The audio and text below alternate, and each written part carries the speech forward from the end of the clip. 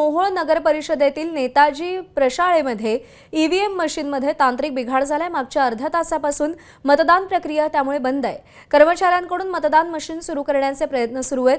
लोक मशीन सुरू होण्यासाठी प्रतीक्षा करतायत, रांगेत थांबलेले आहेत। माजी आमदार रमेश कदम, भाजप उमेदवार शीतल क्षीरसागर, राष्ट्रवादी शरद पवार गटाच्या उमेदवार अंजली जाधव, सेना अजित पवार गटाच्या सिद्धी वस्त्रे हे देखील मतदान केंद्रावरती पोहोचलेले आहेत।